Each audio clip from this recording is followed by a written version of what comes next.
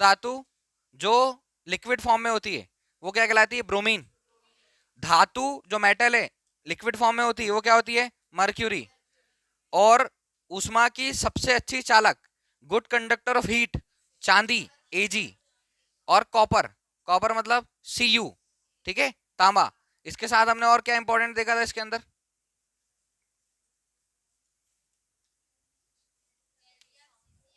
Gallium caesium, इसको क्या बोला था? गलनांक बहुत कम होता है, जल्दी गल जाता है, ठीक है। और तन्यता, डक्टिलिटी, सबसे ज्यादा तन्य धातु कौन सी होती है? सोना। सब गोल्ड जो है सबसे ज्यादा डक्टाइल है, तन्य। 1 ग्राम सोने से 2 किलोमीटर लंबा तार बनाया जा सकता है। क्लियर? और इसके आगे हमने जितना पढ़ा था वो है, इसके आगे मैं पढ़ रहा हूँ, मिलाई। बुक में देखो पहले, जैसा ही जैसा चैप्टर में लिखा हुआ है वर्ड टू वर्ड वो देखो, फिर उसके बाद हम आगे की चीजें देखेंगे। Recall from chapter 2 how copper oxide react with hydrochloric acid. Copper oxide कैसे हाइड्रोक्लोरिक एसिड से रिएक्ट करता है, हमने इसके पहले वाले चैप्टर में देखा। We have learn that metal oxides are basic in nature. जो मेटल ऑक्साइड होते हैं वो कैसे होते हैं?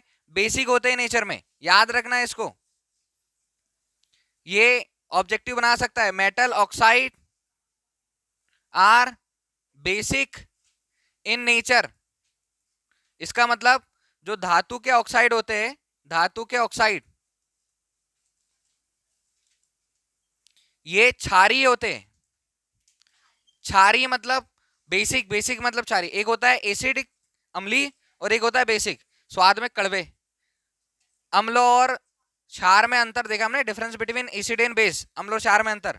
एक का पीएच वैल्यू, अम्ल का पीएच वैल्यू, अम्ल मतलब एसिड, अम्ल की पीएच वैल्यू <7। और क्षार, क्षार मतलब हिंदी में होता है क्षार, इसमें होता है बेस, बेस की पीएच वैल्यू <7। बीच की वैल्यू क्या होती है? 7। तो 7 से कम अम्ल होता है, 7 से ज्यादा क्या होता है? क्षार। तो मेटल ऑक्साइड की का नेचर कैसा होता है? प्रकृति कैसी होती है? क्षारीय। याद रहेगा इसमें। चलो और क्या लिखा है? But some metal oxide such as aluminium oxide, zinc oxide, so both acidic as well as basic behaviour. और जो दो यहां पर एल्यूमिनियम ऑक्साइड और जिंक ऑक्साइड ऐसी धातु है जो क्षारीय और अम्लीय दोनों प्रकृति, दोनों प्रवृत्ति, प्रवृत्ति या प्रकृति या व्यवहार प्रदर्शित करते।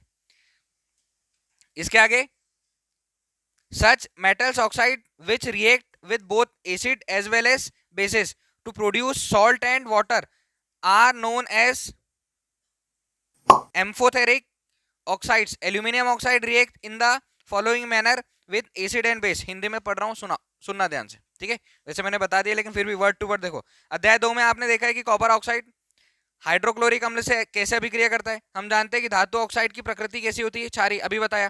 धातु ऑक्साइड की प्रकृति कैसी होती है?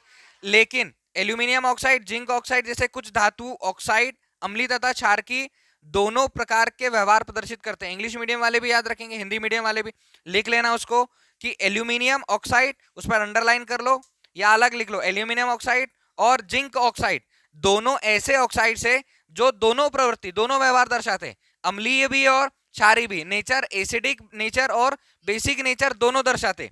फिर ऐसे धातु ऑक्साइड जो अम्ल तथा क्षार दोनों से अभिक्रिया करके लवण तथा जल प्रदान करते। ऐसे ऑक्साइड क्या करते? ऐसे ऑक्साइड अम्ल तथा क्षार से अभिक्रिया करके लवण, सॉल्ट और वाटर बनाते, लवण और जल बनाते, ठीक है।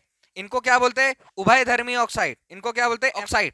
तो अगर एमसाइड के लिए डेफिनेशन पूछेगा, उभयधर्मी के लिए डेफिनेशन पूछेगा तो बना लोगे उभयधर्मी ऑक्साइड।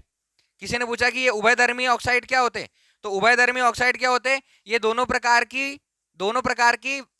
के व्यवहार दर्शाते हैं, अम्लीय भी और क्षारीय भी, एसिडिक नेचर भी और बेसिक नेचर या एसिडिक बिहेवियर और बेसिक बिहेवियर दोनों बताते। और अभिक्रिया करके क्या बनाते? सॉल्ट और वाटर, लवण और जल बनाते। याद रहेगा। चलो आगे दो एग्जांपल दिए, दोनों एग्जांपल देख लेना। Al2O3 plus 6HCl gives AlCl3 plus H2O। फिर नीचे एक और रिएक्शन दिया है, ये कंप्लीट करना। आगे चले यहां से, इतना समझ आया? उभयधर्मी या बारे में पूछेगा, डेफिनेशन बनेगी तो पता कर लोगे, बता दोगे, एक्सप्लेन कर लोगे। ऐसे ऑक्साइड जो दोनों प्रकार के व्यवहार, दोनों प्रकार मतलब अम्लीय और क्षारीय, एसिडिक और बेसिक दोनों ही बिहेवियर शो करते हैं, वो होते हैं या उभयधर्मी ऑक्साइड। ठीक है, नॉर्मल देखो, हम अगर क्या करें, तांबे का कोई भी बर्तन ले, इसको खुले में छोड़ दे, कुछ दिन बाद उस पर ग्रीन कलर की परत चढ़ जाएगी, हरे रंग की। घर में पूजा करने का तांबे का लोटा होता है, इसमें थोड़े दिन बाद या तो ब्लैक या तो ग्रीन परत चढ़ जाती है। अगर उसको ऊपर छोड़ दे अपन तो ग्रीन कलर की परत चढ़ जाती है। ये होता है कॉपर ऑक्साइड। पानी में डाल के रखो तो भी मे भी, पता नहीं, मैंने एक्सपेरिमेंट किया नहीं, तो इससे भी हो सकता है, याद रहेगा। फिर उसको नींबू वींबू से, मतलब बेसिक होता है नेचर में। हमने क्या बोला, धातु के ऑक्साइड कैसे होते हैं, क्षारीय होते हैं, बेसिक होते हैं। अब हम उसको नींबू से मांज रहे या साफ कर रहे, तो नींबू कैसा होता है, अम्लीय होता है, एसिडिक होता है। तो बेसिक और एसिडिक, अम्लीय और क्षारीय का जब रिएक्शन होगा तो वो लोटा क्लीन हो गया हमारा। इमली से ट्राई कर सकते हो, नींबू से, कोई भी ऐसी खटाई से बोलते हैं, अम्लीय पदार्थ से ट्राई करते हैं जिससे वो साफ हो जाता है। कोई डाउट है क्या? तो हमेशा याद रखना, और धातु के ऑक्साइड कैसे होते हैं, क्षारीय प्रकृति में। उस पर अगर ऑक्साइड जमा है तो वो क्षारीय होगा, और उसको साफ करने के लिए किसका यूज करना पड़ेगा, नींबू इमली, अम्लीय का। तो ऐसे भी याद कर सकते हो, जनरल डेली की जो चीजें होती है उसमें भी समझ सकते हो। नीचे देखो, most metal oxides are insoluble in water, but some of these dissolve in water to form of alkalis. Sodium oxide and potassium oxide dissolve in water to produce alkalis as follow. अब ये दोनों पर भी underline कर लेना, ये objective का और हमारा क्वेश्चन अच्छा है। अधिकांश धातु ऑक्साइड जल में अघुलनशील होती, याद रहेगा। Most metal oxides are insoluble in water. ज्यादातर ऑक्साइड, ऑक्साइड कैसे बनाया, वही वाला धातु के ऑक्साइड, वैसे ही समझ सकते हो। लोटे को खुले में छोड़ दो, उस पर ग्रीन परत चढ़ जाएगी, वो उसका ऑक्साइड है। तो वो क्या बोल रहा है, अधिकांश ऑक्साइड जल में अघुलनशील होते हैं। ज्यादातर जो ऑक्साइड होते हैं वो सॉल्यूबल नहीं होते वाटर में, ठीक है। और आगे क्या दिया है, in water but some of these dissolve in water to form sodium oxides and potassium oxide dissolve in water to produce alkalis as follows. Na2O plus H2O क्या बना, 2NaOH। फिर K2O और H2O, अगर दोनों का रिएक्शन हुआ तो क्या बना, 2OKOH। दोनों एक्वस है, दोनों सॉल्यूशन है, ठीक है, जलीय विलयन। नेक्स्ट पेज पर जाओ, इसमें कोई डाउट है क्या किसी को? क्या देखा यहाँ पर हमने, एक इंपॉर्टेंट देखा एम्फो, और कुछ ऑब्जेक्टिव के लिए यहाँ पर हमने बेसिक चीजें देखी। क्लियर है, बनेगा यहाँ पर। We have observe in activity 3.9, activity करनी है तुम लोगों को, ठीक है। एक्टिविटी को रीड करना अच्छे से, एक्टिविटी के अंदर की चीजें इंपॉर्टेंट, ऐसा क्वेश्चन नहीं है कि क्वेश्चन एक्टिविटी के अंदर से पूछा जाए।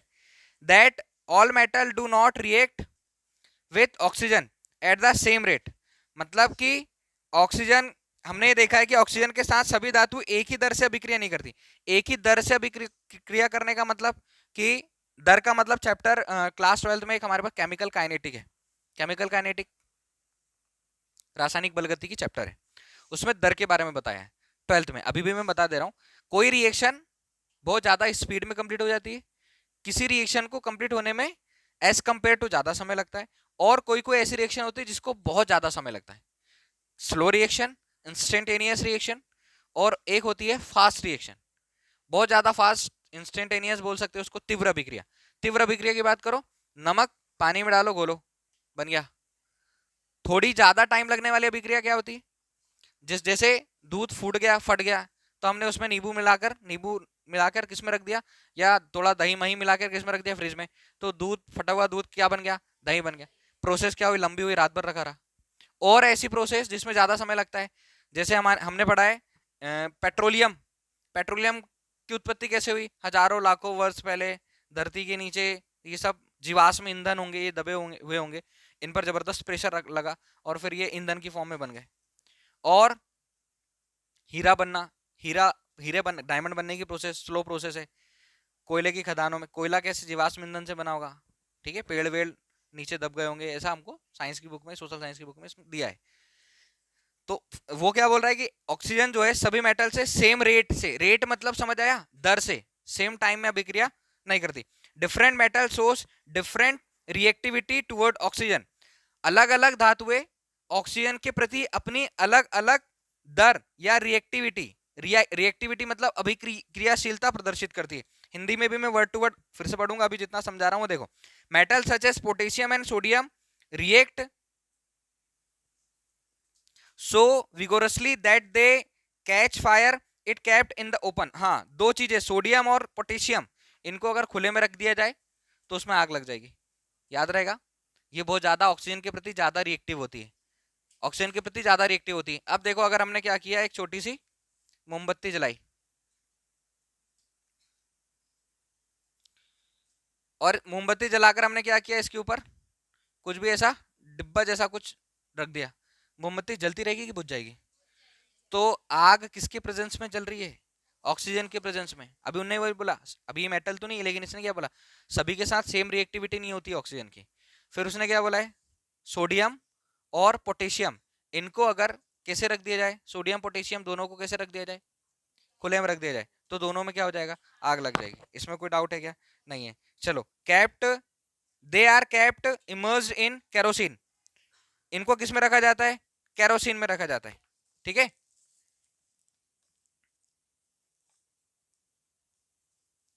Kerosene oil at ordinary temperature the surfaces of metal such as magnesium, aluminium, zinc, lead etc are covered with a thin layer of oxide. The protective oxide layer prevents the metal from further oxidation. Iron does not burn on heating, but iron filling burn vigorously when sprinkled in the flame of the burner.